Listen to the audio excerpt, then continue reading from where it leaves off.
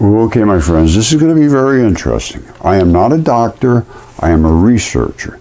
I follow what the researchers in these certain fields do. And this is about health and the immune system. And vaccines are here to support the immune system, to give us protection against invasion. That's what a vaccine does. And how does a vaccine work? Why does it give you protection against invasion after you get the vaccine? It's because you had exposure to the thing that could kill you or could injure you. So whatever the invader is, your body has seen it and has responded to it and killed it, and in the future will kill it before it can even start. But you're going to get sick the first time because your body's never seen it before. Now, if it can't fight back against it, if it has no defenses against that invader, you're in trouble. That's what these plagues are and so forth. They're brand new things, and there's a new killer in town, and we don't know how to deal with them. But your body will figure it out. Most bodies will. Some won't. Why do some not figure it out and some figure it out? This is the problem, because we have to deal with vaccines. And they are good. I've taken every vaccine they have. I've never had any issues. But there is one issue that I don't have, and that's gut distress. People that have problems with their guts have a problem with their bacteria and their enzymes. And the bacteria and enzymes are in a new layer of tissue that they never even knew existed. I'm not kidding you. They just figured this out in 2018. They agreed, yes, this is a new layer of tissue that we never knew about.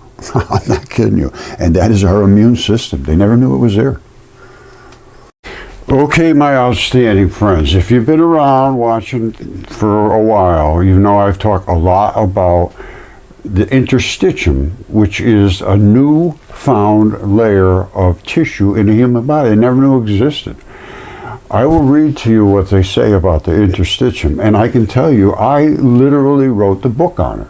I discovered the fluid-filled network that is one giant system that encases every organ, tendon, muscle, every fiber of your body, nerves, everything. And that is a fluid-filled network that protects it. Those are the membranes. And because of those membranes' specificity of bacteria and enzymes, that's why there's so many cancers. Every tissue in your body has a surrounding of membrane, which is a coating, like spray painted. And if you can penetrate that membrane into that organ, you get cancer of that organ. Lung cancer, pancreatic cancer, all of them.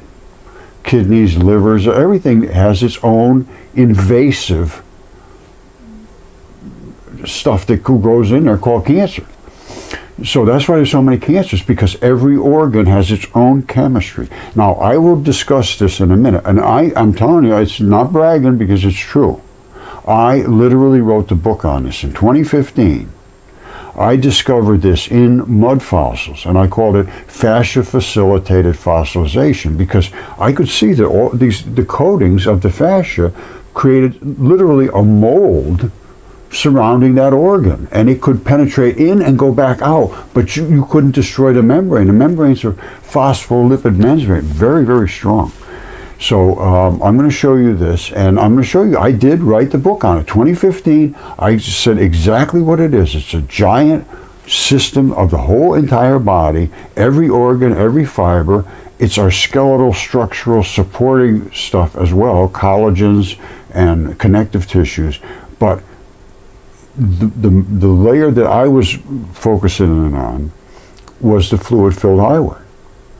And now they agree. In 2018, they said, yes, it is true, and it is literally one giant organ. Now, they haven't really classified it that way yet, but that was 2018. My paper was 2015. I'm going to show you exactly what happened here, because I understand why that membrane protects you. It's your immune system. I need to talk to Robert Kennedy Jr. I need to be involved in this, because I think I have a lot of input about all invasive diseases, not just Parkinson's and Alzheimer's and cancer and autism and every one of those diseases.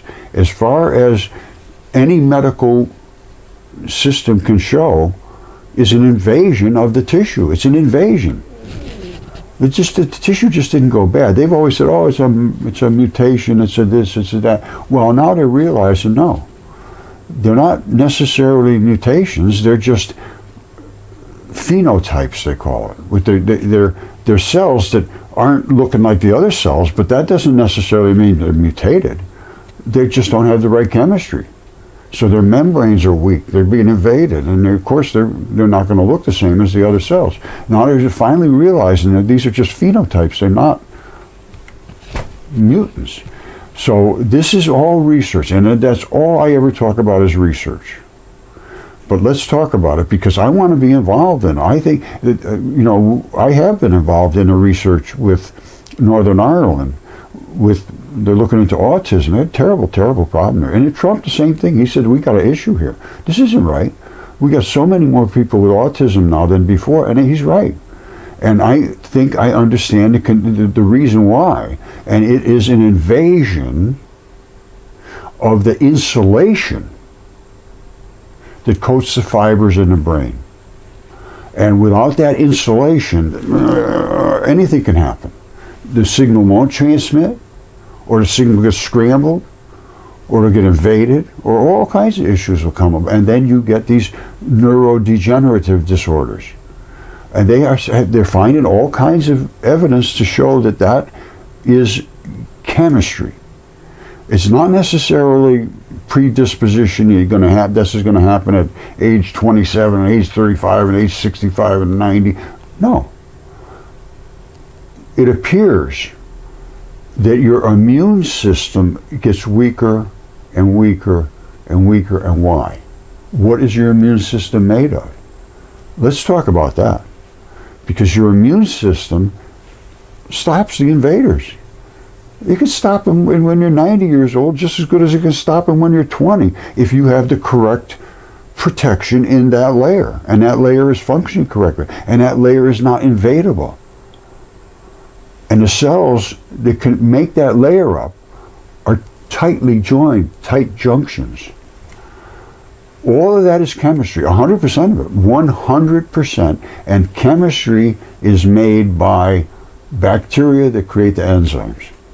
The enzymes are in these ribosomes just floating around. When they're needed, they pop open, they do their job. But they have to be floating around through the fluid-filled highway.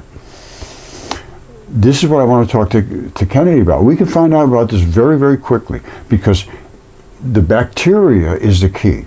We need to be able to do quick swabs and tests of the bacteria that's in your body versus a database of what's good and what's bad. So if you got this is high and it's supposed to be down here, well, let's work on that. If it's way down here, it's supposed to be up here, well, let's work on that. But you should fall in sort of a pattern. And the key to health is poop. I'm not kidding you. If you poop right, you're good. Almost anybody that has an issue is going to say, yeah, oh man, I got all kind of constipation, I got diarrhea, oh my stomach's all over, I got acid in the it's some chemistry in that system that takes that food and turns it into, takes that food that you're eating, turns it into molecules that will work in your body. And that's all done with enzymes. It never, ever, ever, ever would happen without an enzyme. When you eat a potato or something like that, it just doesn't turn into muscle. It's got to be broken down for whatever's in there that's of any value. And the enzymes attack it, and instantaneously they do nucleosynthesis. Enzymes do nucleosynthesis. They literally change the atomic structure of that potato to turn into little bits and pieces of molecules that can be absorbed by transition metals and dragged through the body and delivered. Without the enzymes, none of that's going to happen. And without the bacteria, you don't get the enzymes. Sounds pretty obvious to me. Bacteria is where we want to look for the beginning. And again, I'm a researcher. I am not a doctor. I'm not saying take any of this, don't take it out, do this, don't do that. No, not my place in the world. My place is, how does this system work? How does it work? They never even knew about this layer. I'm going to read you this. It's stunning, but it's true. And again, ain't bragging because it's true. I wrote the book on it. And if it wasn't for my research into this, it wouldn't even be known today. I can guarantee you that. Okay, so what are we talking about? Interstitium, a newfound organ? What's this mean? Interstitium is a newly recognized organ-like structure in the human body proposed in 2018. It is a network of connective tissues found throughout the body, particularly under the skin, lining the digestive tract, lungs, blood vessels. Researchers identified it as a previously overlooked space, a fluid-filled highway, a space filled with fluid, supported by collagen fibers, and thought to play a role in various physiological processes. It is our immune system. Now listen to what they have to say. Key characteristics of interstitium is the structure. It's made of a system of interconnected fluid-filled compartments. These are the fluid-filled highways between the skin and along the body cavity. It's around every single different type of tissue. Like if you see over here, you see this? There's interstitium around every single one of these blood vessels, around every single muscle. It coats everything and separates one thing from the other. It's unbelievably sophisticated, this system. Now, it has been proposed that the interstitium may help cushion and protect tissues. That's what they always thought. When I first started, they called it fuzz, and that's what they thought. It was a cushion, and it allowed for communication between different types of tissues and facilitate fluid movements. That's my word, facilitation, fascia facilitated fossilization. Anyway, facilitate fluid movements. Its role in the body is still under study. They don't have any clue what it does. Some researchers believe it could be involved in the transport of nutrients and waste. It's your immune system. Discovery, this organ was not identified, listen to this, not identified in traditional anatomy textbooks because the interstitium is difficult to observe using conventional images. It was discovered using advanced imaging methods. No, I discovered it. Such as confocal laser scanning, electron microscopy, which allowed scientists to visualize the compartments previously not visible in the body. You can see them in it. This right here is interstitium. That right there is interstitium. That's the fluid-filled highway in a giant creature. And that's the side that faces the organ, has all the red blood on it, and that's the side that faces up, where the skin or so forth would be above. It depends, and these were giant creatures. I got this so down, it's unbelievable. Now, they're saying the discovery was all big fancy scientists, allowed scientists to visualize. Well, not a traditional organ. Well, no, it's not a traditional. It's an organ in the classical sense. It's not an organ, but it doesn't have a singular defined function or structure like, say, a heart, liver. Instead, it's a network of tissue spaces function as a support system for other organs. Yes and no, it does that. And in addition to that, it's your immune system. While the discovery is exciting and offers new insights into human biology, interstitium is still under investigation. I investigated this 15 years ago and reported all of this stuff, and nobody would listen. Its precise function and implication for health and disease are not yet fully understood. Yes, they are. I can tell you exactly, and I will. They use enzymes and bacteria, and they float them through that fluid-filled highway to attack invaders. I will fully make you, there's no way you can miss this when you look at it.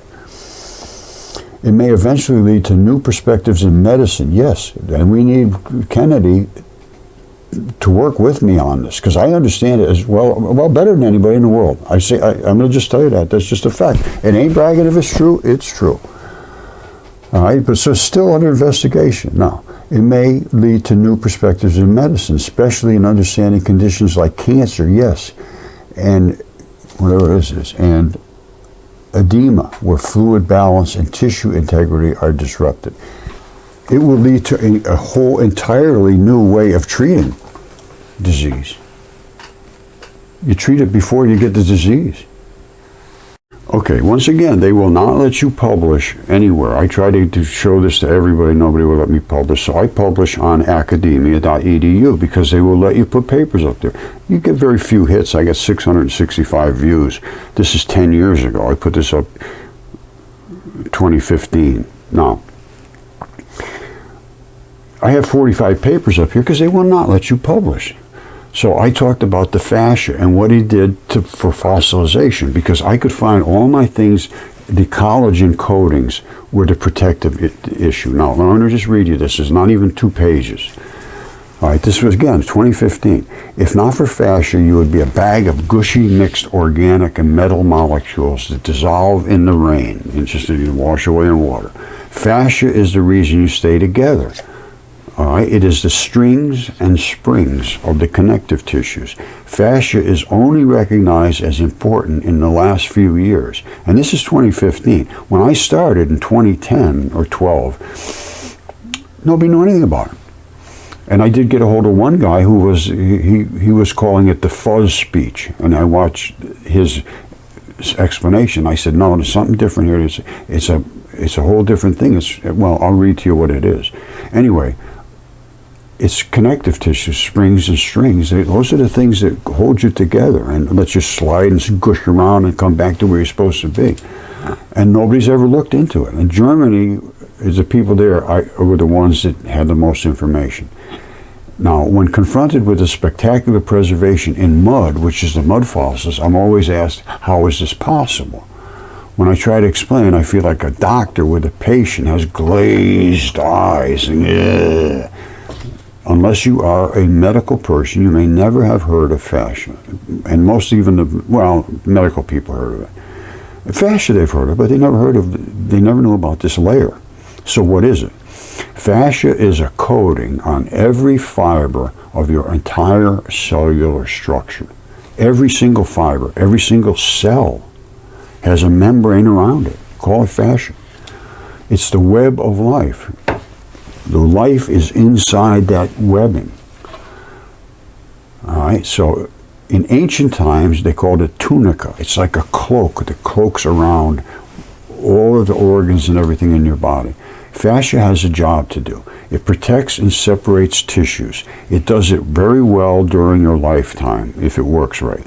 Guess what? If you die and are buried quickly and stay wet and compacted in fine mud, the fascia doesn't even know you're dead. And it keeps on protecting you. It does. It allows only things to come in and go out. It allows. It's a very specific membrane, very tough thing. So it separates all the different places on your body on these separation planes.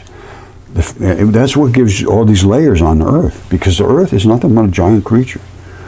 All right, the fascia separates every cell and structure from its neighbors in life and death. Fascia protects every bit of you from invasion, including a complete fabric bag, which is your skin. That's fascia. Your skin is not just one fabric either. You have tough skin, you have grip skin, you have fine skin, you have thin skin. All fascia is made of collagens and keragens. They're the fabric, creating fiber and elastins in sheets over sheets over sheets over sheets that wraps everything individually and comes together in one giant system. That's the fluid-filled fabric highway that is the interstitium giant system. Now, there's over 20 types of each collagen and keratin.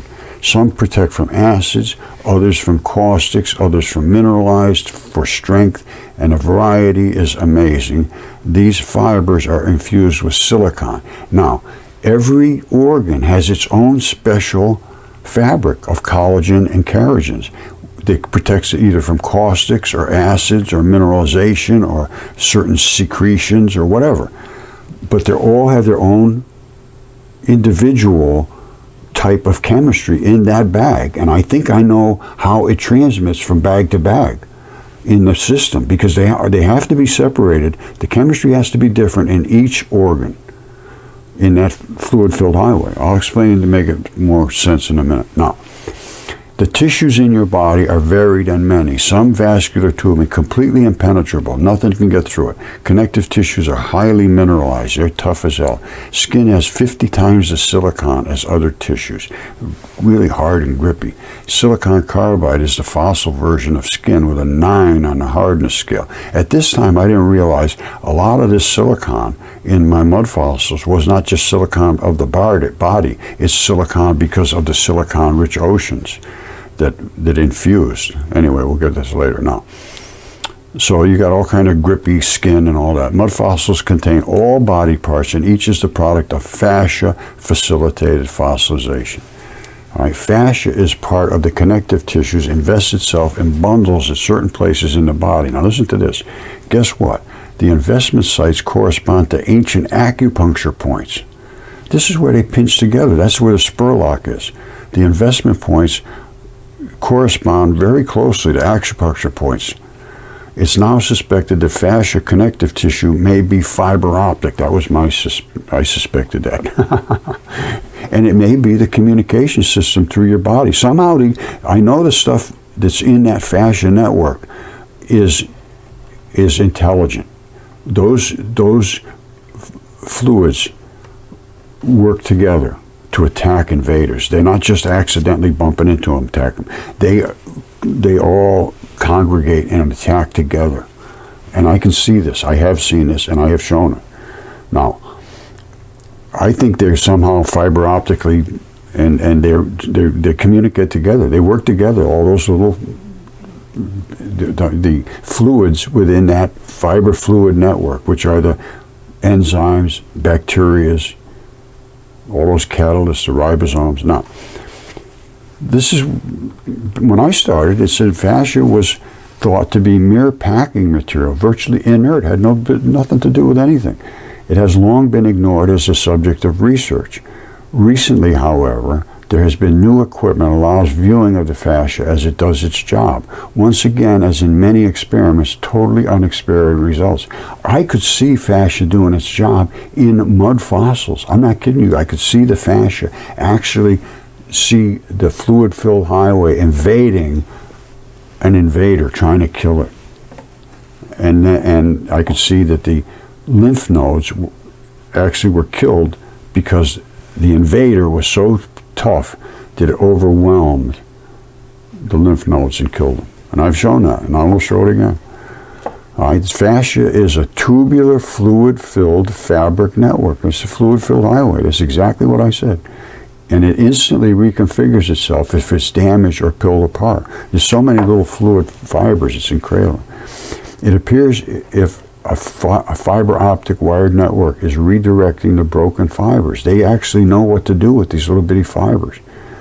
And by itself, it knows how to deal with them. And that's how it sends all of the correct fluids to the places where they're needed to kill off invaders. There's some very highly sophisticated network of working with these fluids that are running through this highway. It's like Amazon, delivering drugs to wherever they're needed. Anyway,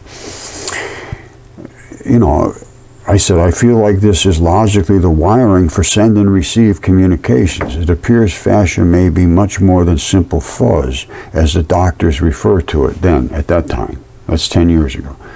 Now, this guy, Werner Klinger from the University of Ulm, worked with me. Very nice guy, done some excellent work on fascia.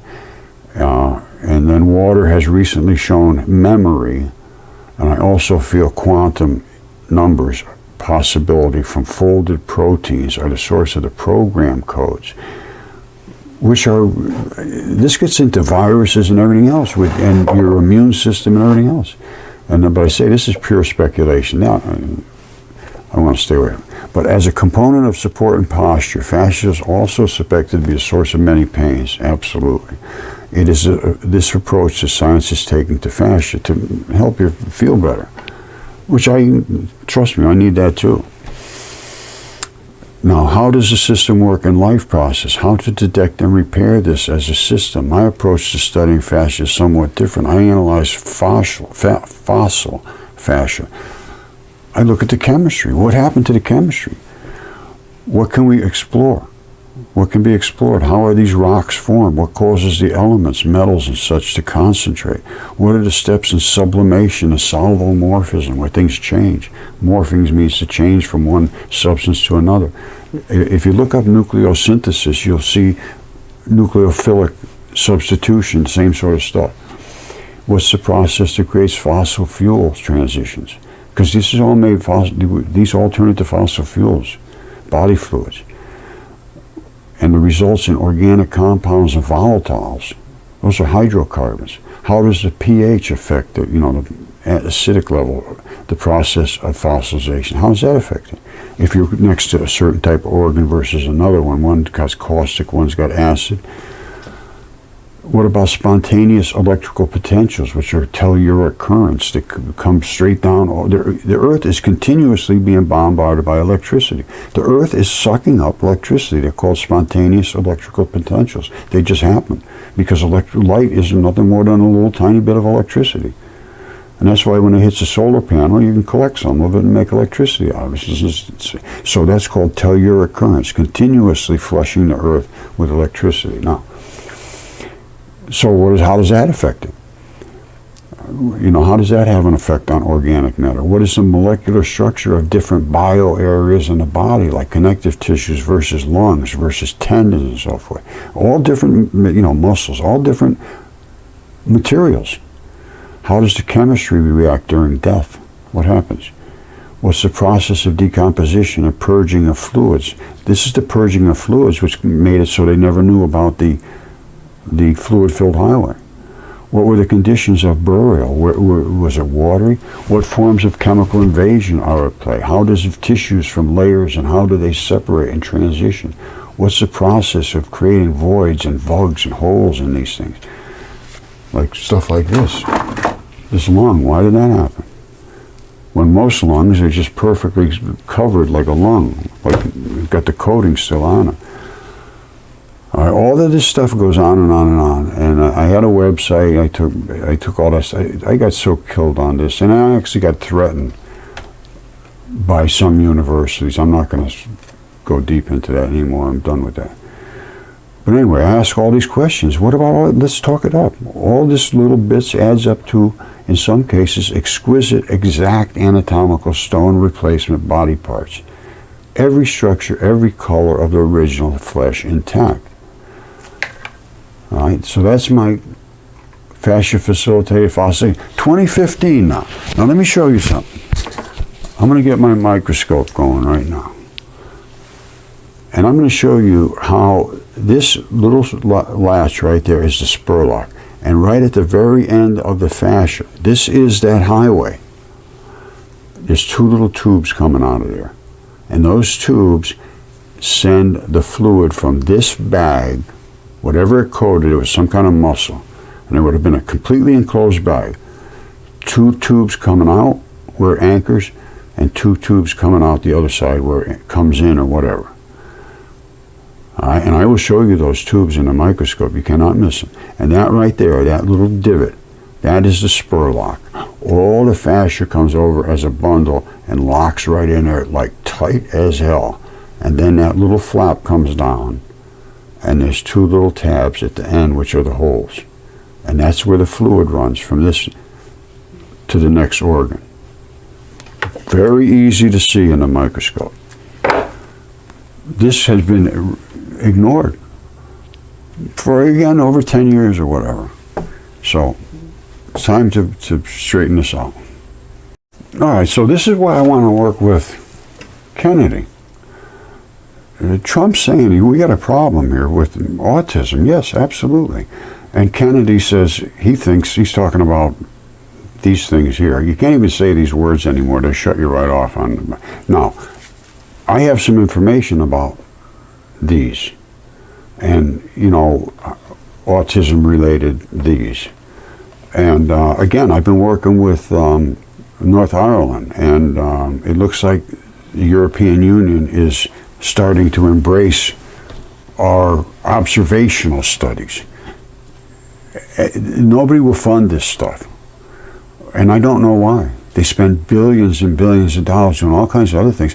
What we need is a database of what bacteria exist in a person's body, because they are the things that fight off the invaders.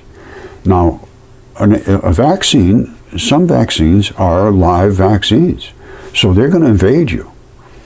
And they expect, the doctors expect you to have some form of, you know, ability to fight back against that. But if you have no ability whatsoever to fight back against that, those things can really take over your body. Now, I believe that may be what's happened. It's just a theory. I'm not saying to do anything, don't do anything, but I do want to talk to Kennedy about this if I could, and I would really be grateful, because it's a tragedy.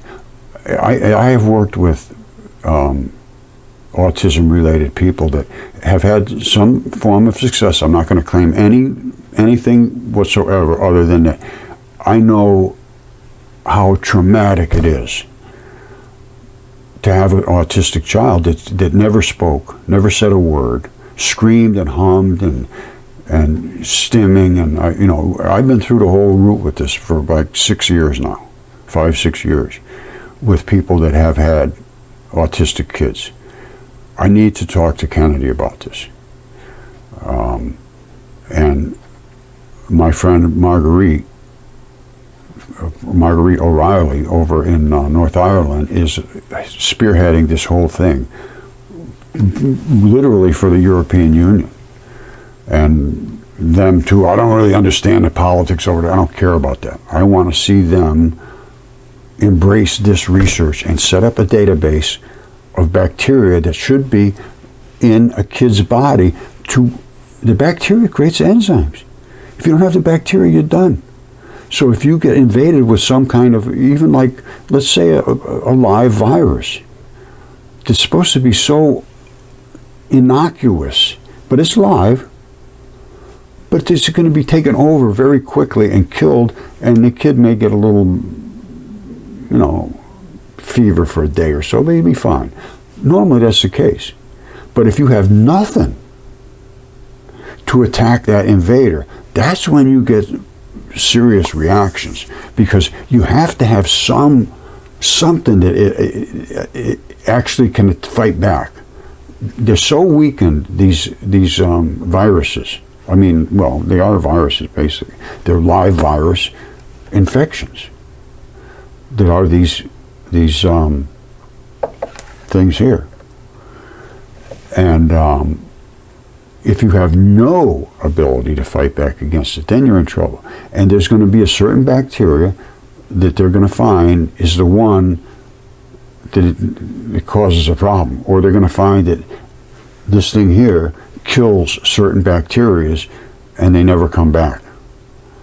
Because that's normally what happens, is these things are just as bad as the thing that's the disease, but they're so weak that your body should be able to overcome it right away and then send a signal to your DNA from the future. Don't worry about that. If you see it, kill it. That's the whole idea of these things. And they work. But you have to have some ability to stop that little bitty piece. And if you don't have that, you're done. In my opinion. And again, this is just a theory. This is just my theory. But you start with a theory and then you do the research. And the research is you find out what bacteria exists before one of these happens, and then you find out what bacteria exists after one of these things happens, and you see, is it damaging my bacteria?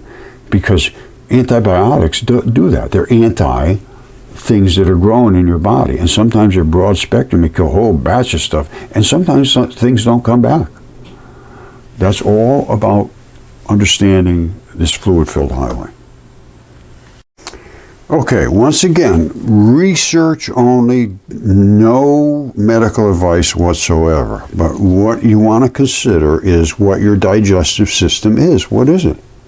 What is it there for? So, well, you eat stuff and then you poop, and in the middle you get stuff that makes you grow, and so forth. Well, true. But how does it all happen? You got your stomach. Everybody understands that. You eat the stuff, it goes down your throat, goes into your stomach, got all kind of acid going on in there. And then it goes from there into your small intestine. Now, your small intestine works with all kinds of stuff to absorb using different secretions and this and that to entice molecules out of there so that you can absorb them. And when it comes out of here, it's pretty well broken down in the intestine, takes everything out of it and festers it and grows good bacteria, but bad bacteria also. So here's what's happening. It comes down, it's getting all worked over. These different colors indicate different secretion areas, I believe. And as it changes, and first it comes in acidified from the stomach. It has to transition into more salty, less acid. Then it neutralizes, basically. Then through the small intestine, it changes and starts to grow all kind of bacteria. And that bacteria breaks the food down. The food then becomes in a configuration that it can be absorbed well. And in the human intestine area here, all of that absorption takes place, and all of this festering, and you get all gas and bubbling and nasty smells if you don't have the right bacteria. If you have the right bacteria, when you fart, it shouldn't be that bad. When we were kids, we used to say SBDs, silent but deadly. But I know that we didn't have the right bacteria. We were being fed antibiotics back then. Anything happened to I'd give them some of this, and it would kill everybody. But we would play in the mud. I mean, I lived in the woods. I was a woods kid. We were at the reservoir every day playing in the mud and doing this and that. So I had enough counteractive things to protect me. I think that the kids are too clean now. I think there's a lot of it's that they don't have enough bacteria in their body that is beneficial, and we don't know what's beneficial and what isn't, because we don't have they claim now there is some databases that show the bacterias, and I was trying to work with a few people about this, and again in Northern Ireland, we'll talk about that in a minute. But here's the beneficial bacteria. We don't really care that much about all the little bits and things, but the biophilia, very important, modulates the immune responses. Very important. E. coli. They always think, oh, that's bad for you. No, not necessarily. Lactobacilli, one of the most important things there is. Vitamins, it produces vitamins, nutrients, boosts the immunity, protects against carcinogens. Yes, lactobacillus, absolutely. Acidophilus is, you have to have that. Lactobacillus acidophilus. Then there's Lactobacillus reuteri. That is being studied now for its, I was looking into it for its efficacy against certain types of cancers. You can look it up, again, research only. Now, this is about fecal matter transplant, FMT. They're taking the bacteria that grew in somebody else's body through their intestinal system, fermented, turned into all that different type of bacteria, good and bad. But they screen it for the bad stuff to make sure it's no infectious diseases are coming in with it. And then they can put that into another person's digestive system, and it will start to repopulate it. And these are quite successful, they say. Again, strictly research. Now, that's what I want to talk to Kennedy about. I mean, I have so much on this. Hold on one second. Let me show you a couple other things. Okay, remember I talked to you about the paper they've had out in 2018? They said, yes, meet your interstitium, a newfound organ, a newfound human organ. That's that white layer right there. All right, now let's dig in here and look a little closer to it. And see here, scientists discovered the new organ, which consists of fluid-filled spaces in the body's connective tissue. Well, yes. And there it is right there. That's the fluid-filled space. Now, the reason they never saw it, when they did autopsies, the fluid just squished out of there. So they saw one flat layer and they thought it was one thick membrane, but it's not. Now, below this fluid-filled highway, right attached to it, are these immune cells. And inside those is where the bacteria lives, and they create the ribosomes. Well, what are ribosomes? They're little balls that squirt out of the bacteria. And I mean, they're so tiny that 1 million of those little tiny balls can fit in one single human cell. 1 million in one cell. That's how small they are. So these bacteria are in here squirting out these little ribosomes. Now, they are free floaters. That means they're not attached to anything. They don't poop. They don't eat. They're a chemistry set. I'm going to show you the deep details of this uno momento. They are a chemistry set that's just sent out here, all through the fluid-filled highway, and they float through the whole body. And they go into cells and they collect inside the cellular membrane. It allows them in and it says, oh, you guys can come in here and hang around, do whatever you need to do. But if we need you, we're going to turn you on and we won't need you to respond. And when they come in, they look like this. They look like a little tiny ball like that. That's a ribosome.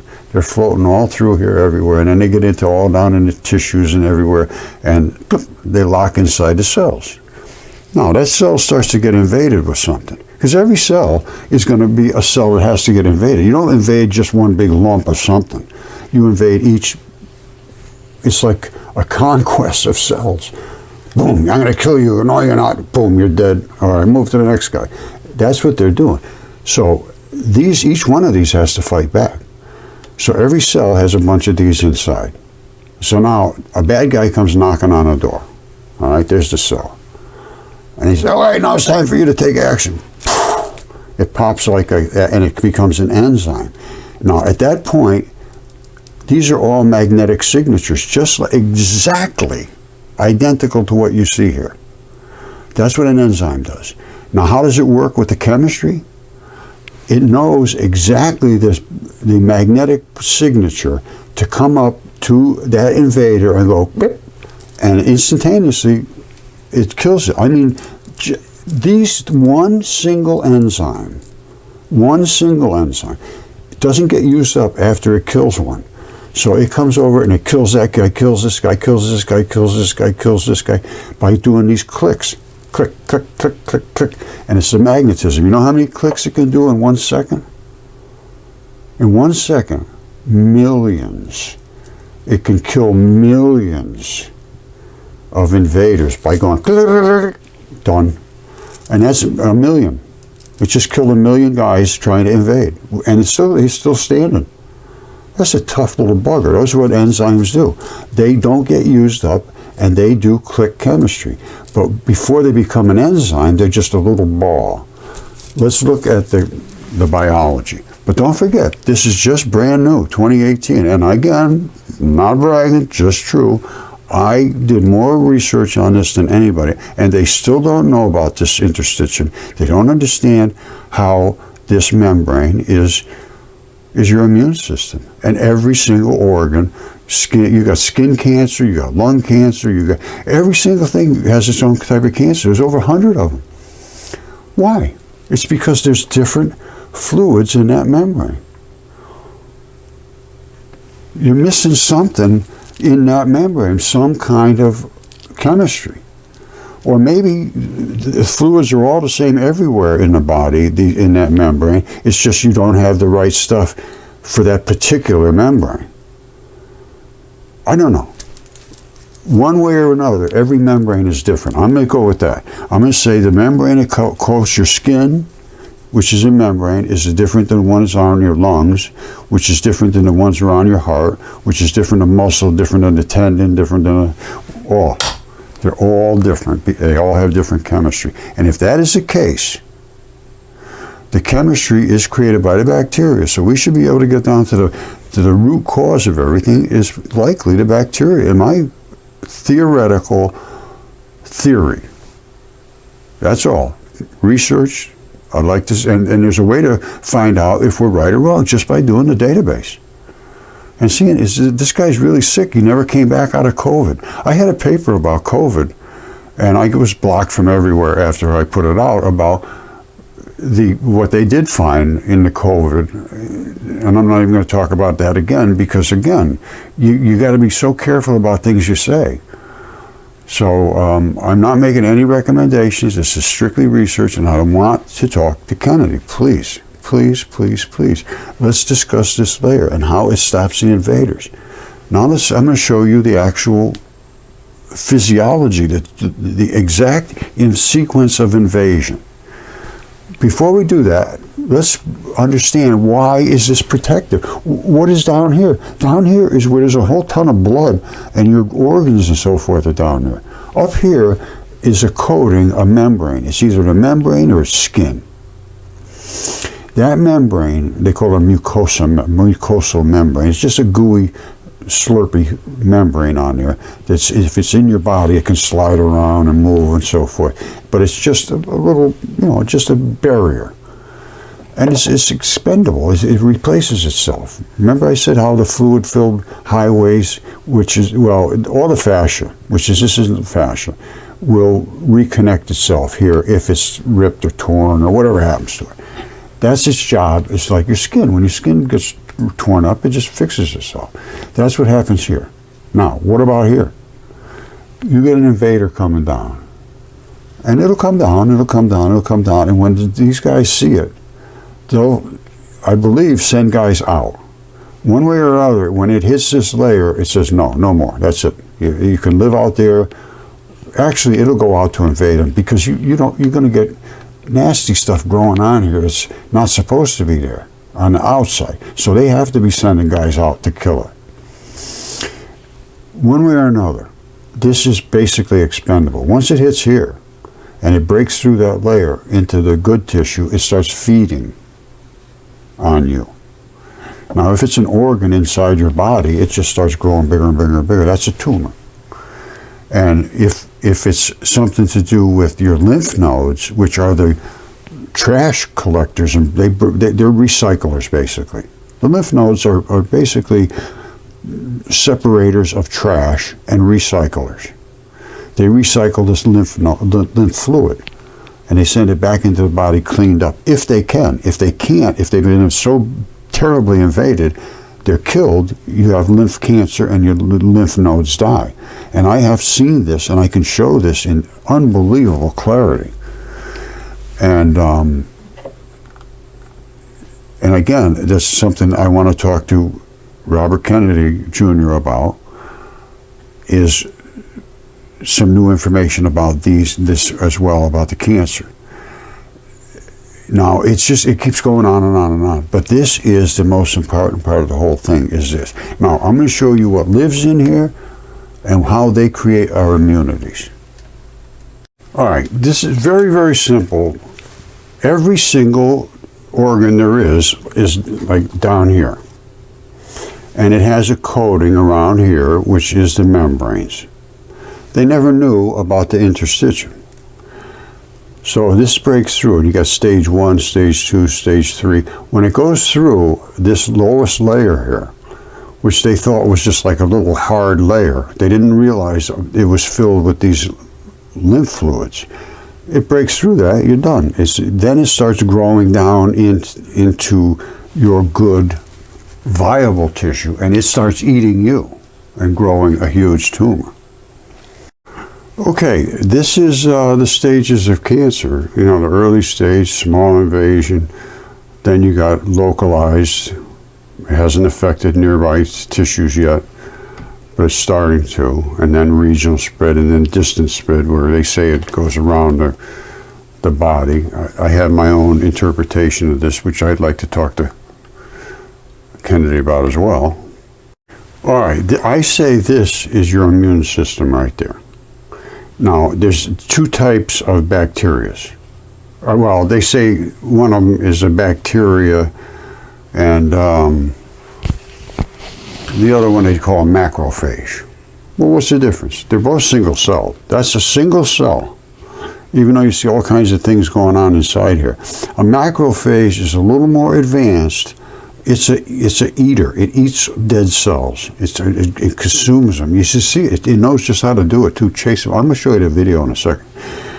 These bacteria, which are not macrophages, I agree with that. The macrophages go and surround stuff and eat it and turn it into something that can be reprocessed.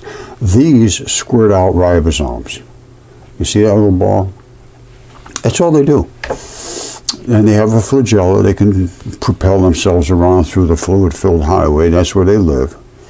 And they squirt out these ribosomes in that fluid-filled highway, which are free floaters. They can go throughout the whole body, because the whole body is attached to that fluid-filled highway, every single cell. Every single cell. So they're going around wherever they're needed, they're going to start collecting. Because the way I'm seeing it, every organ will say, hey, I need some of that stuff, that lactobacillus reuteri. Bring that some over here. And that's what these are. Ribosomes basically are the enzymes, which are the bacteria, basically. Well, let's go with that. Let's just go with the ribosomes, because the bacteria is going to take up residence somewhere. I don't know where. It may just live everywhere, but it's probably going to live in some certain places, wherever that bacteria is necessary. And it will live right in that area, and it'll be squirting out ribosomes related to whatever's going on in that area, whether it's your kidneys or your whatever. So you're going to have ribosomes right in that area. But you also have to have macrophages, because you're dying. Every place in your body right now is dying. Some part of your body, some part of every single part of your body right now is dying. And it's going to be consumed by a macrophage. Let me just show you. Don't forget, single-celled. Well, I'm going to show you a single-celled, and I think quite amazing. All right, check this out. This is by Andre Trevino. And this is one of these little macrophages. Now, that's a single-cell organism, supposedly. Just one cell, so it doesn't have a whole lot of sophistication, but it does have some kind of homing radar going after this little tiny bacteria. Now, that bacteria is going to try to set up shop on something, and all of these are different types of cells in the body, it appears. I really don't know any more than what you're going to see here. This is attacking a bacteria that's in the cytoplasm, in the fluids of the body. And that little bugger knows to try to get away from him, and this one knows how to get after him. And let's see who wins. Watch this. This is so cool. Look at him. Ah, I'm coming after you, man. Get out of the way. Ah, run for your life. Look, there's a whole bunch of bacteria around here. Watch him. Oh, run. Get. Squirt between it. Oh, yeah, get out of the way. Oh, gotcha. Gotcha. Now, you see all the black stuff in here? That thing's been eating a lot. It's going to go get another one in a second. Because you can see there's more than one of them. Look, see the other ones around here?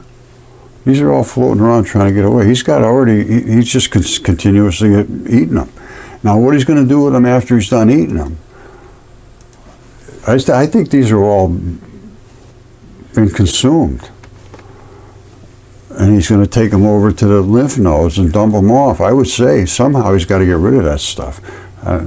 This seems to be like a little flagella or something. He's got a bunch of them coming in here. And I don't think he's pooping out of there. I didn't see any poop come out of there. Well, maybe.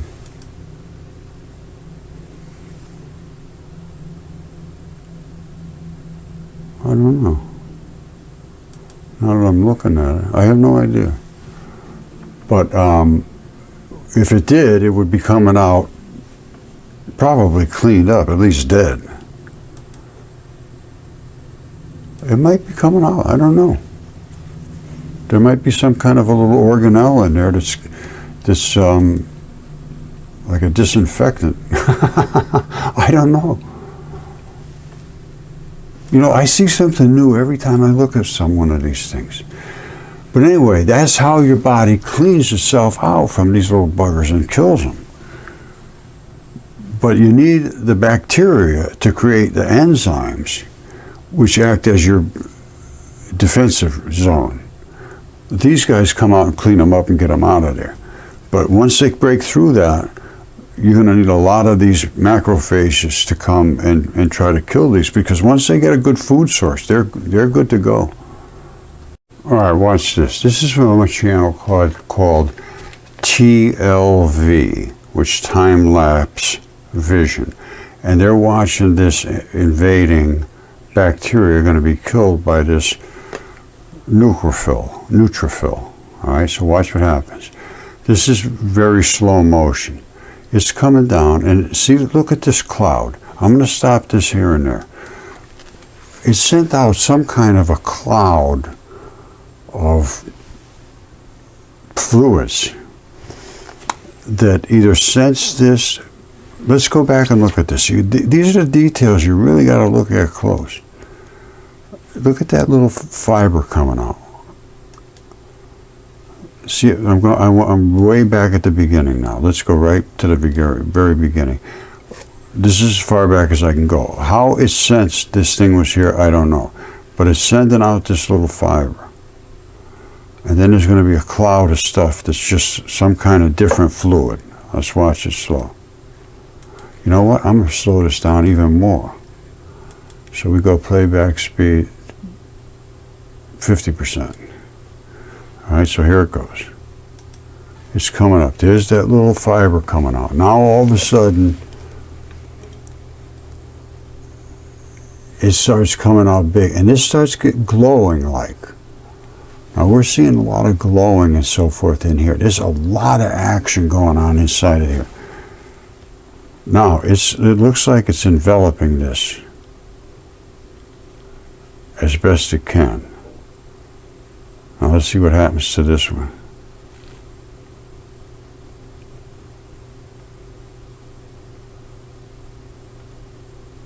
Now, are these guys coming in to kill something? I don't know.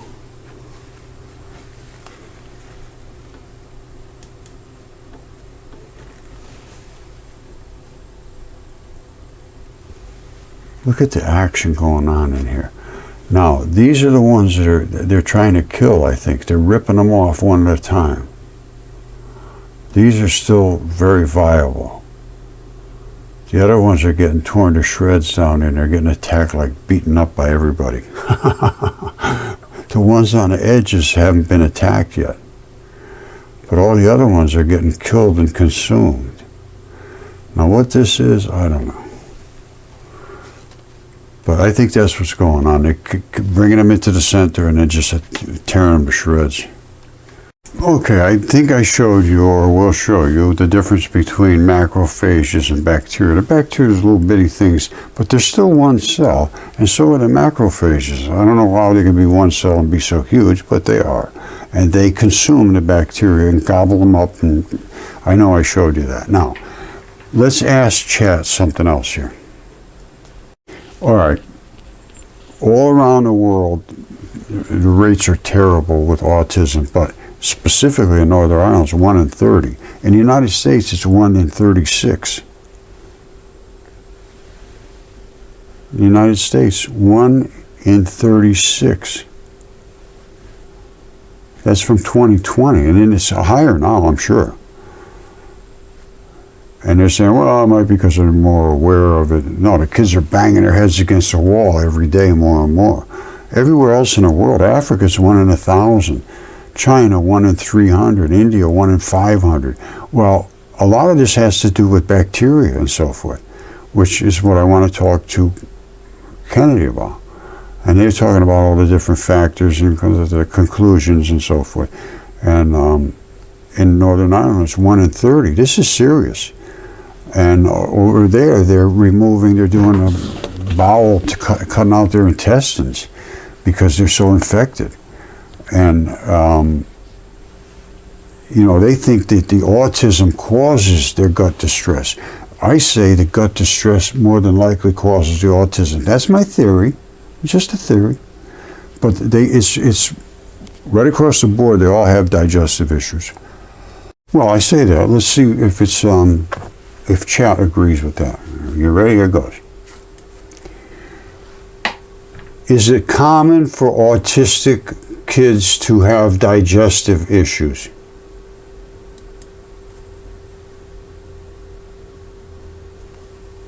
Yes, it is relatively common. All right. To experience digestive issues. Studies have shown that children with autism are more likely to have gastrointestinal problems compared to normal kids. These issues can vary in severity and may include a wide range of symptoms such as constipation, diarrhea, abdominal pain, acid reflux, food sensitivities. They won't eat certain foods. Because they can't digest them. That's why they're sensitive to them. It's not like they just come in and bite them or something. They just can't digest them, like they don't have the enzymes. Possible factors. Well, gut-brain connection. Absolutely, that's what it is. You got to have the bacteria. Treatment and management. Dietary adjustments, medications, behavioral interventions. All right. It's if they have a good stool, poop, normally they're not going to have these kind of issues. And that's what they were talking about, these fecal matter transplants, as a possible thought to use for research. To find out we got to find out what bacteria is in the kid's body, or anybody's body. And then what symptoms they have. Now, then you look it up on a chart and you say, well, it'll all play out one way or the other. You see if everything's fine or it's not fine. That's the bottom line. If something's high or low, well, we want to know why. What does it affect? Well, we want to focus in on this. We want a database. What affects what? You can have mood swings. I'm depressed. I feel unhappy. I feel suicidal. I feel whatever it is. If you feel any of those things, it's some kind of you may have all kind of terrible things going on in your life. And, I can understand some of the really deep emotional upheaval. But your body is supposed to somehow get you through that. People get through it in the worst, terrible situations. And I know some of them. I find it hard to believe people can survive that kind of emotional trauma in addition to physical trauma. It's world's a very complicated place, and emotions are very complicated. So you need to have all of this insulation in your brain. I'm going to show you one last shot about the brain, how the brain fibers work. And if they're not insulated, you got a problem. And the insulation is pretty tricky. See that? These are all brain regions. And they control different, neuromotor, this and that, emotions, eyes, feelings, all kinds. And every different color there is going to be a different type of neuron. Neuron fiber, nerve fiber, whatever you want to call it. Which means it has a different chemistry. But it also has to be insulated from its connective partners here, because if one's going to go over here and one's going to come down here, but it's going to come from the same source, they can't mix those signals. You understand what I'm talking about. They have to be separated, and they have to be separated by some kind of a membrane. Membranes are on every single thing there is. Even red blood cells have their own membranes. So they are there to protect the contents of whatever it is. In this case, it's the contents of a wire.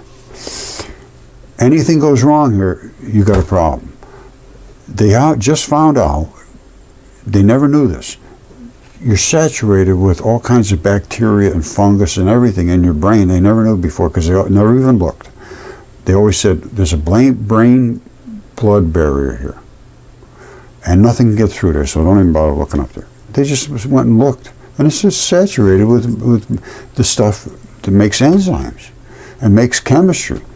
They never knew this before, and now they realize they may even be able to treat dementia because of this. This is not my statements. This is from new studies that were just done. I'll show you the study right now. See, this just came out just a couple days ago. Long thought to be sterile, our brains are now believed to harbor all sorts of microorganisms, from bacteria to fungi. How big a part do they play in Alzheimer's and similar diseases? If you read this, it's stunning what they say about, like this one woman, she had this early cascading, debilitating, agonizing symptoms, cognitive and breathing problems and all this stuff. And they couldn't find any reason for it. So they figured she was never going to make it. And now speaking on a video call from North Carolina, she is as bright as a button. Shows no signs of degenerative brain disease. Now, I'm not going to talk about anything other than what they're talking about. And this is not me talking about. This is research. And they're talking, they get deep, deep, deep into all the different species that they have found inside the brains and never realized any of this was there. So I'm not going to make any statements about this because they told me not to talk about, you know, like medical things. So I'm just going to tell you this is what they found in the blood.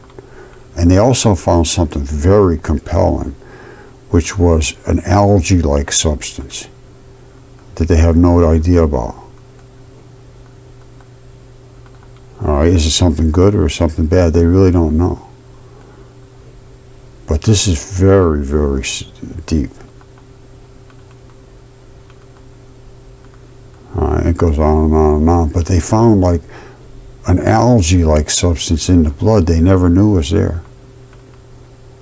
And that algae-like substance, I think, has got something to do with moss. I'm not kidding.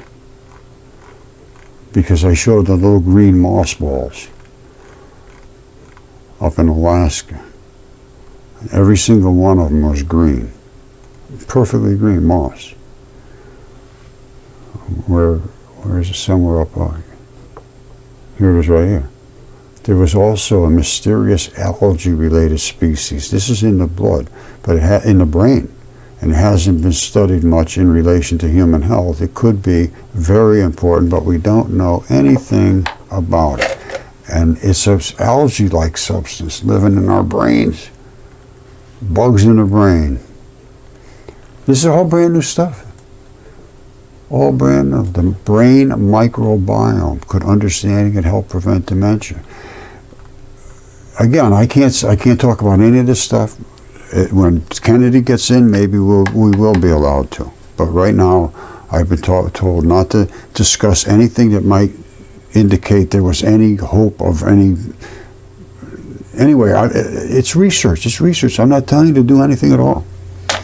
I get so worried when I do these things because I've been, you know, they could shut you down if they don't want you saying what you're saying. And I'm not saying anything. I'm just saying this is what the research is showing. This is not me. This is not me. This is from, where is it?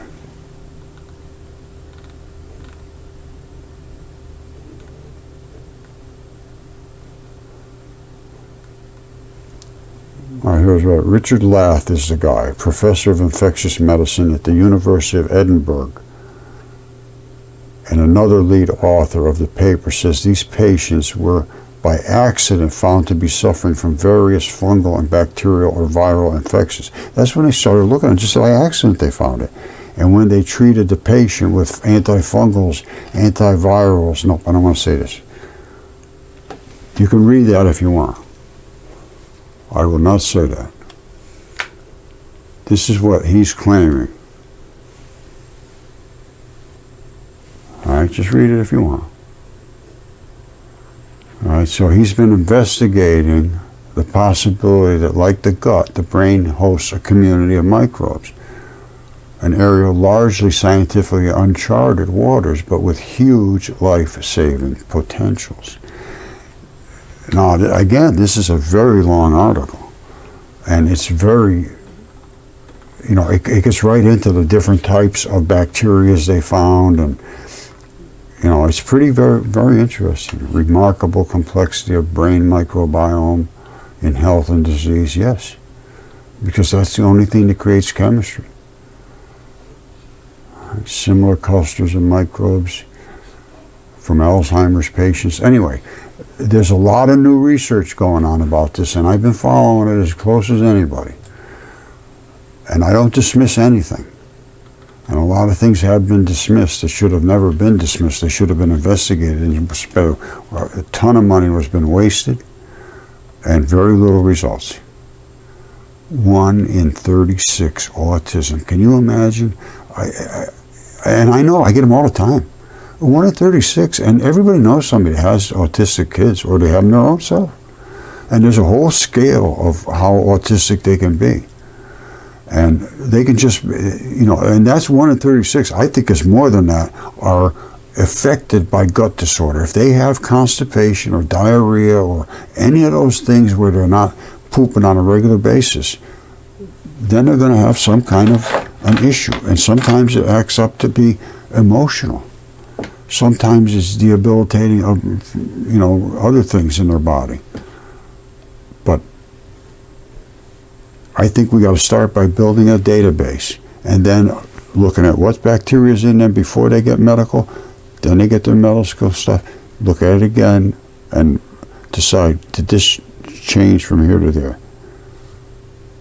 And there should have been a good database to start. A good, baseline bacterial population to begin with. There's all these probiotics and stuff like that. They seem to work pretty good. They do the job that they're intended to do, but you got to take them every day. Your body's supposed to make these things continuously, all by itself. But you have to have that population of bacteria never been destroyed by antibiotics or all kinds of things that can damage them. Now there's other things in the environment that are very deadly to bacterial type of things. And some of those things are put on crops and so forth. I want to talk to Kennedy about that too, because I understand that as well. A long time ago, I don't know if she'll remember this or not, but a woman from MIT, Stephanie Seneff, and she was very gracious, and I can't remember how we communicated, but I agreed with her on the things she was saying, and she was saying things that she could say, being a doctor. I couldn't say them, so I was told not to talk about this. So I don't, and I haven't today. All I've talked about is that we're looking for research, and if Kennedy will talk to me, I have a lot. It's observational, but they're doing a lot over there in Northern Ireland. Marguerite's been working on this 5 years, and now they're getting the government involved, and hopefully there'll be some funding coming. And we don't need much. You don't need much. We need to get a database started and get a system going on where there's a little kit where people can do this from home. My friend Andy, who was a triple PhD bacterial engineer, he runs laboratories in a slew of different food processing places, so that you don't get sick from the food being, his factories and so forth. And we got some ideas that you might even be able to use spectroscopy with these fecal swabs. So you never even have to send anything off. You take a fecal swab in a certain solution. Somehow we have to make a protocol. You do that, and then you just go take a picture of it. You send it. They look it through automated intelligence, and they can pick out all the different colors and the densities of the colors, and that indicates the type of bacteria. You don't have to know the names of the bacteria. You just notice, is this particular color of yellow, there's a ton of them and there's not supposed to be. Or there's none of them and there's supposed to be some. That's all you need to know. And eventually you give it a label that's lactobacilli yellow, whatever you want. And And from then on, you can study that particular thing. You can say, okay, from now on, let's get swabs of this. And when we see that yellow, take just the yellow. What is it? What the hell is going on with that yellow? This is what research is. This is what I want to see. And this is what Kennedy has said he wants to do, is to overhaul the medical realm where you can't speak. All right, I'm going to pretty much wrap it up now. I know I've been droning on forever, but I want to speak to virtually everybody in the new administration about things that have been suppressed. Like this, our research on subatomic physics. We created the particles that they found at Fermilab have been blocked by Fermilab. That's not right. I pay taxes. I should be able to show my particles and have them look at them. They're the exact same particles they found, only we used light.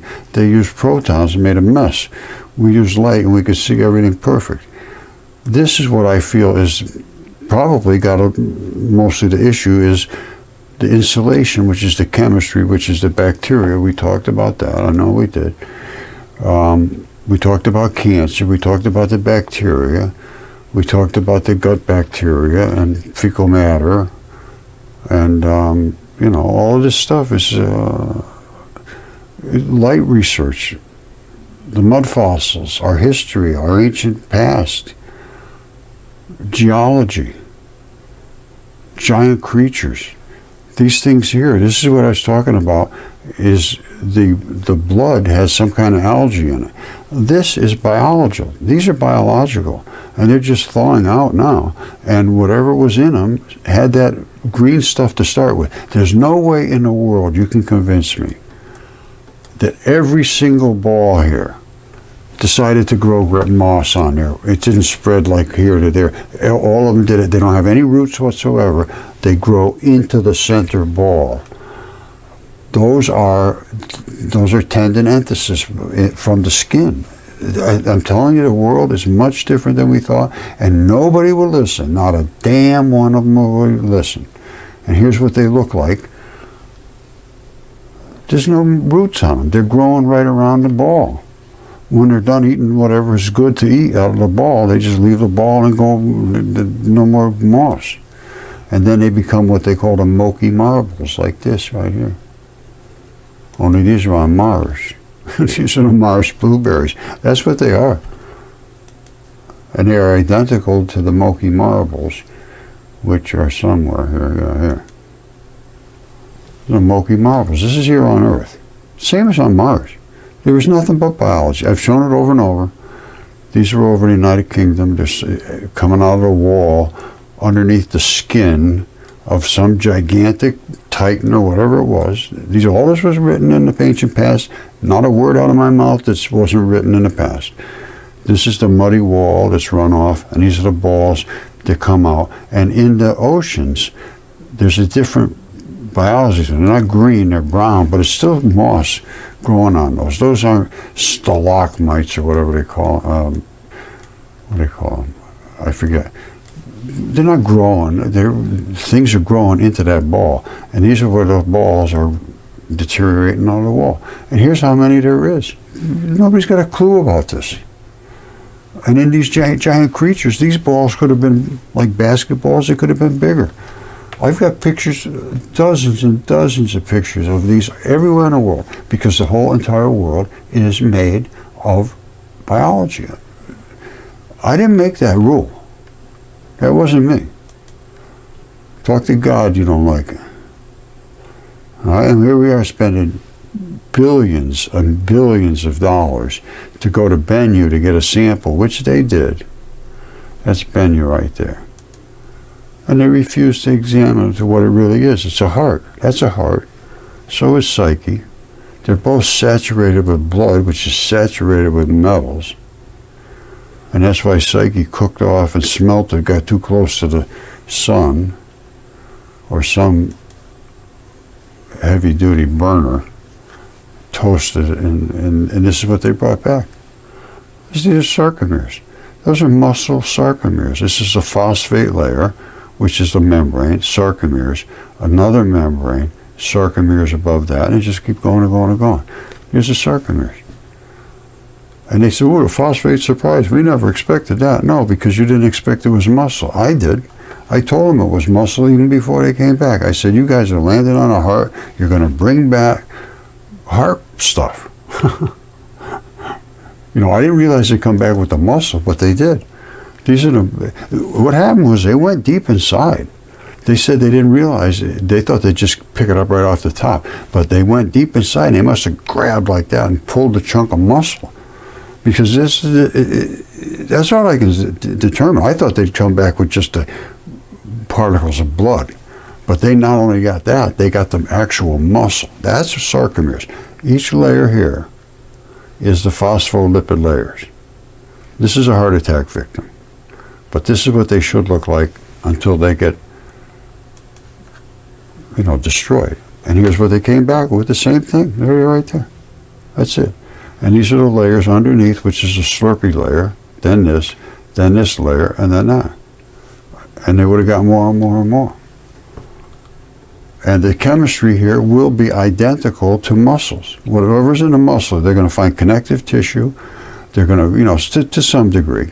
And they're going to find the same clays and so forth that blood is made out of. Blood, when it dries up, is clay. It's red clays. I'm just telling you the truth. There's no question whatsoever anymore. None, zero. I have the evidence. It cannot be dismissed. So, and you can see anybody, even a 5-year-old can tell you that's these with layering, with these in the middle of them, are basically the same as these with layering and these in the middle. And if that came out of a heart attack victim here on Earth, and that stuff right here came out of a heart that was in space, even though it was in space, it's still a heart. And there it is right there. And that's what a heart looks like when you take off the plumbing. And the plumbing comes right off. They know that's no problem. It pops right off. Same with the psyche, exactly the same. Not only that, this is not just a big ball. It's got tubes coming out of it. All right, let me see if I can find, where's Mr. Tubey? Here he is. That's a tube. You see that? That's not a crater. Neither is that one. That's a tube. You see it? And so is that one. And these are the valves. And this is the tendon. And these are the colors of blood. All the red blood. These are little pops are where the blood blows out because it got overheated from the sun, but not enough to cook it like psyche. Psyche is now metal on the surface. I'm sure inside it's not. But they have this, a sample from this right here on Earth. I just showed you. A 10-year-old would laugh at somebody that said, this is, oh, it's just nothing, it's just not, it just looks like that. No, it doesn't just look like it, it is that. It is that. Even Caesar knows that. It's time for us to re-examine everything that we've been forced to repeat, even though we know it's not true, and we know it's not true. Space is not empty. Space is saturated with particles. The things coming through it are slowing down. It's not that it's pulling away from us like a bazillion miles an hour. We're spending trillions of dollars wasted saying light can't speed up. Well, I guess what? Light can easily speed up, and there it is happening right in front of your little face. If that's not speeding up, I don't know what to tell you. And what happens here is that you get fission and you get fusion. The white and the black particles separate. It's over for these people that are deniers of reality. The people we put in charge to help us are only there to ingratiate themselves. I have found nothing but that. None. Zero. I'm not kidding you. It's just, it's depressing, to be perfectly honest with you. But what do you do? If I had to worry about making a living, I wouldn't be talking the way I'm talking. You can't. Look at this. This is coming out of space. This is the pictures we took. I didn't take these. A guy sent them to me with a cell phone. I believe this is Venus. And this is, of course, the moon, and these are all dipoles. This is my dipole electron flood theory, because everything there is a dipole, even the particles in space. And this one is exceptionally different than all the rest. And you say, why, Roger, is that exceptionally different? I say, well, because it has two magnetic fields. And you say, oh, come on. I say, yeah. You see this one, this faint one out here? It's coming in, it's going right up the same plane. And then you got this dark one in here. Those are two separate fields. And I believe it's because I'm almost 100% sure this is Venus. Very, very, the really bright star or planet. And it's rotating backwards. It's supposed to be rotating with the normal roll. Everybody's rolling down the road normally. Well, it's rolling down the road backwards. So it's creating huge amounts of energy. And it's got two fields. One field, I think, is because it's going around the sun. And the other field is because it's spinning backwards. Normally, they don't have two fields. This has got two fields, as far as I can tell. You see the second one down there? Coming right out of the same pole. Now, I have things for us to investigate that have been refused to be examined. And I mean with arrogance and obnoxious, because these people have taken over their realm of research and said, no, you can't speak about that here because we won't let you. It's not peer reviewed, and we won't peer review because we don't like what you're saying. Continually over millions of years on Mars? No. This is muscle sarcomeres, just like I showed you that came out of Bennu. Same stuff, muscle sarcomeres, eroding the red, fleshy, blood particles out of here. It's not over millions of years. Mars was hit by Venus. Velikovsky did all that research. Now, if somebody wants to really do their job in government and look at this stuff, that was sent back from NASA. This was sent back as the Mars crab. And I said, well, this is an artery. No, you're pareidolia, don't forget about it. And they just stopped talking about it. I kept after them. I said, no. I said, yeah, I want to talk about this. Nope. We don't talk. Well, once you stop talking, they stop talking. They just shut you off. And that Mars crab is, it's a vein and an artery. Here is another shot of it. And this vein and artery right here, oops, it's down here. And it's servicing the muscle sarcomeres. The Earth is made of bodies of creatures too, just like Mars is. As far as I can determine, you saw Bennu's biological too. It's all the same. All right, I'm going to call it quits. Thank you. Have a sterling day. I love you all. Hopefully we get some reality. But right now, they say about freedom of speech. No, there's really no freedom of speech at this moment. It does not exist. You can speak, but freedom of being heard is not part of that package. They can suppress things that they don't want anybody to know about, or it takes away from their status. Let's put it that way. I don't know if they really don't want you to know about it. They just don't want to be seen as having spewed a bunch of nonsense that we have to agree to. It just isn't true. So, I guess that's it. I love you. Bye.